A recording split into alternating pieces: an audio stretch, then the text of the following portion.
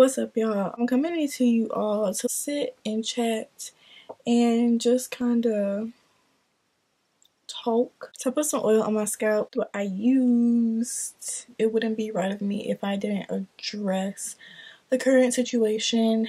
This is a Mia Moisture RX Hawaiian Ginger Moisturizing Leave-In Conditioner. Ooh, she thick. Leave-in conditioner, this is very thick. The murder of George Floyd and the whole Black Lives Matter movement thing, I don't understand how some people are in the favor of the police in this situation. How would you feel if somebody had their knee on your neck for a whole 8 minutes and some change? That's a long time. These people, they're human beings. They breathe, eat, sleep, and want to come home to their family just like you do every single day. Some people, they won't really understand because they don't have to worry about whether or not they're going to be able to come home to their family today. They're not going to worry about, all these things that us as a minority have to worry about. Oh, by the way, I'm going pretty heavy with this leave-in just because I want my hair to be very moisturized, and I'm assuming doing it with a leave-in conditioner is the good way to start. But I have my mirror right here. If you're wondering what I'm looking at. Yes, all lives matter. All lives matter. Yes, Karen, all lives matter. But all lives don't matter until Black lives do. And for the people who say blue lives matter, I'm sorry, but you're part of the problem. The thing with being a police officer is you can take off what makes you a target, if that makes sense. Nobody's forcing you to have that as your occupation. Nobody is forcing you to have that as your job, as your career. You can take off that idea, that stigma that puts a target on your back. I can't sit here and be like, oh, we doing a peel-off today. No, can't do that. It's so sad that we have to live in a world. When I have kids in the future, I don't want my kids to have to go through this. I don't want my child to have to step out the house and I don't know if they're gonna come back home to me or not. That's scary. And then the thing with people saying the riots and the looting and stuff like that, we're angry. We are angry. And I'm not saying that I condone the looting and the riots and people stealing and things like that. My dog's barking, but I'm not saying I condone those things. But if you look at historic movements, that's how stuff got done. We tried peacefully. It didn't work. Martin Luther King said that riots are the voice of the unheard. And I believe that. But your voice has to be heard one way or another. You have to hit it where it hurts. Money. Those items that people are looting can be replaced. And people say, don't loot Black businesses, don't riot, blah, blah, blah, for Black-owned businesses, whatever. But in the end, all of that can be replaced. Even if it's a small business owner. It may take you a little bit to get back on your feet, but all of that can be replaced. I can't replace my mom's life. I can't replace my dad's life. I can't replace my Black cousin, sister, brother life. I can't replace my Black friend's life. Can't replace anybody's life for that matter. People gonna do what people got to do. I'm not saying I condone it, but I understand. The fact that Breonna Taylor's killers are out here walking the streets, bro, she was killed in her sleep because the police invaded the wrong house. And you can't sit here and tell me if that happened to your aunt, your sister, your mother, your friend, your cousin, your associate, your coworker, that you wouldn't be upset? You wouldn't have these same emotions everybody else is feeling? Are you human is the question. People are low-key robots. If you don't understand this, or if you really don't support the movement, are you human? Does your heart beat when it comes to these videos, proof, evidence of what happened? I have not watched none of them because I can't handle that. I can't sit there and watch someone pretty much plead for their life. I can't. And I refuse because we shouldn't have to see that.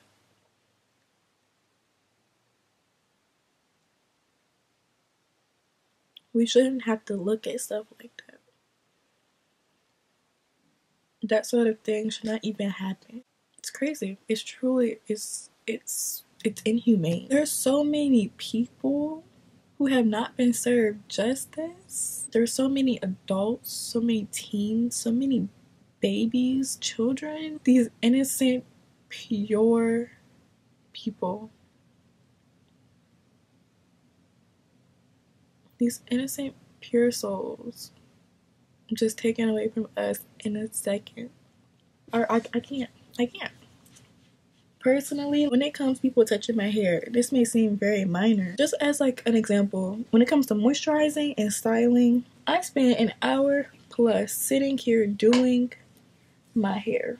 And this go for family members too. This go for other black people too. I'm also using the Taliwa G Green Apple and Aloe Nutrition Curl Definer. If you come to me and you want to touch it for no reason, some people don't even ask. They just be like, get your fingers out my hair, please, and thank you. I am not gonna sit here and spend hours styling my hair just for you to frizz it up because you're curious. Baby, you can look but not touch. I'm a piece of artwork. This hair is some art, okay?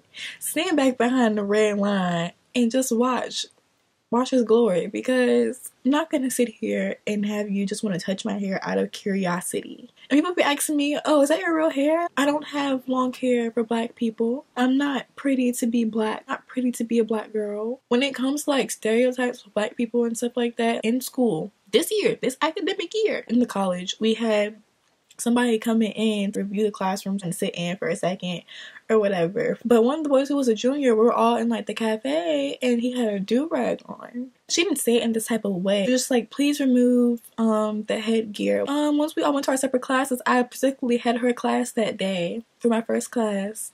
And she was like doing her little spill, you know, talking about stuff or whatever. And she brung this up. And she was like, we're going to have so-and-so people coming in, sitting in the classrooms. We don't wear that type of headgear in here. We want to look presentable. And, you know, we don't want that kind of demeanor. She was just going, basically like going on this tiny spill. The boy is a good kid. It's an accessory. It is an accessory. You're going to sit here and say that a do-rag is making him look like he up to no good or he can't get good grades or something like that? Excuse me? Am I hearing you correctly? In the governor's school, in the senior class, one of the people dropped out, so there was only 3 black people. And it's like 20 something in our class. I think I was the only black person in the room, or one of the 2 black people in the room. She kept looking at me. Homegirl legit was saying that a do-rag made the boy look like a thug or something. Ain't nobody said you had to say all that. I digress. Anyway, I've been hearing people's opinions about it. One lady said that she didn't see color. I think it was a black dude that responded to her and was like, I feel like you do need to see color. People need to acknowledge the differences that we go through. Because if you sit here and say you don't see color, you don't see the different problems that we face because of our skin tone. We're not saying that things don't matter. Just that you gotta put a comma, you gotta put TOO and a period behind it. I really think y'all be missing that comma, TOO, period. We're not saying they don't. We're saying in addition to. You can't sit here and say they shouldn't have been resisting, or they shouldn't have been out at McDonald's that late, or they shouldn't have been going 20 and a 35. I guess that's kind of the hard part too about deciding what college to go to. You can go to a PWI or you can go to an HBCU. My top choices is either between a PWI and HBCU. My mom made a good point. She was just like, I don't want you to have to go through certain things with being at a PWI, and you know, people's true colors are really starting to show since, you know, what's been going on. I understand that completely. That makes absolute sense. College decision is just hard on me just because I'm so indecisive and I just don't know. It's what, June 20th, and I still don't know where I'm going. Yes, I have claimed my spot at a school. I've paid the deposit and I've started looking into housing. I just know that I don't want to work a 9 to 5. I want to work for myself, by myself. I don't want to have to work under nobody.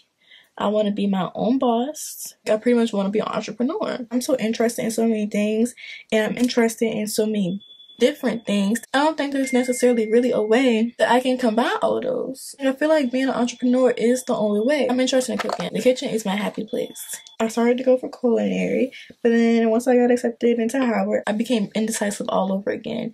Getting accepted into Howard is like a big thing for me because I didn't think I was going to get in there based off my SAT score. I'm not bad at taking tests, but those SATs got me. I don't personally think that my score was good enough for me, if that makes sense. I'm not sure good enough for everybody else. Just based off of what their aim for SAT score was, I didn't even finish the application. So then for me just to unexpectedly get an email saying, oh, you're accepted into Howard University, it just caught me off guard. I don't want to be one of those people that changes their majors 3 times, even though the average freshman changes their majors 3 times. It's almost like a waste of money in a sense because you're paying for those classes and then for you to switch your major, it's just like, I want to get out of college as quick as possible. I truly don't think that the college experience is necessarily for me, the way me in my mind, the way I'm set up. I truly don't think that I will actually enjoy this college experience. It would be more frightening and more taxing and stressful on me. I don't know if I want to put myself through that. Because government school was already enough. People just ask me what I want to do, and I used to be like, I don't know. They try to be like, you want to be a lawyer? No. You want to be an accountant? No. You want to be a doctor? No. Like, you want to be IT? No. It's naming all these high-paying positions. I don't want to be none of that just because I make a lot of money. I have the mindset of like, you should do what you want to do regardless of how much money you make. Money don't buy happiness. Even though some people be like, yeah, but money make the world go around. And yes, it does. But I don't want to live my life wishing I did something else, or I don't want to live my life saying I wish I would have followed my passion, or I don't want to live my life saying I wish I would have went to school for something else. I'm so indecisive. Not really afraid of the future, but it's just like at the young age of 18, you're assumed to have somewhat of an idea what is best for you and how you want your life to go. Bro, I ain't even reached a fourth of my expected lifespan yet. How am I supposed to know what I'm supposed to do? Like, some people don't figure out what they want to do like their late 20s. Like, some people don't find their dream career, or some people don't do what they actually want to do to like their late 20s. And it's just like, bro, I'm 18. And I don't know, it's like you're expected to have everything together. And it's just like, bro, I don't have nothing together. Like, who told you I was supposed to be like this? And then, I don't know, it's just like, I don't have all my ducks in a row yet. And then when it comes to like pressure with my parents, I remember like I was talking to my mom in February and she was like, well, these people need to know where you was going to college a month ago. Don't wait last minute. That was in February. She's like, this is last minute. You should have done that a month ago. And here it is now, June.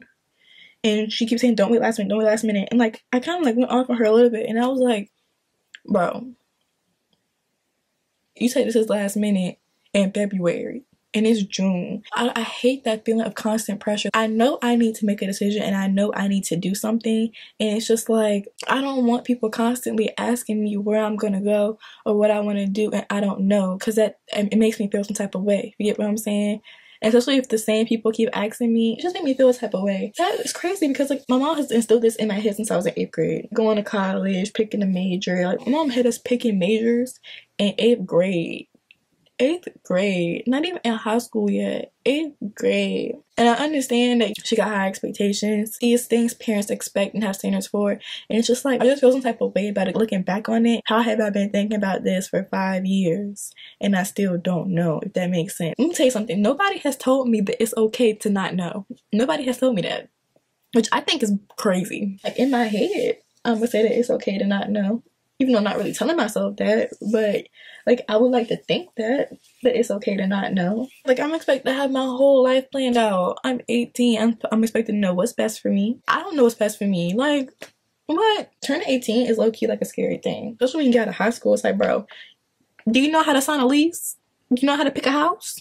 You know how to what to look for in a job contract? Like these things at school just don't teach you. And I understand that comes with having parents and comes with having family. These things that are supposed to teach you. But I feel like, yo, if people say when you get out of high school, you're expected to be able to live out on your own or like to do certain things, like, bro, teach me what to do when I need to buy a car, what I need to do when I need to buy a house. Teach me what I need to do when I need to sign a contract. Bro, teach me how to do my taxes. School need to teach you how to fill out your taxes. Teach me these life valuable lessons that I'm gonna need next year. I ain't gonna use half of this stuff ever again in my life. Why am I learning it? What do I need this for? But yeah, I'm gonna continue to do my hair and I'm gonna come back to y'all when I'm almost done.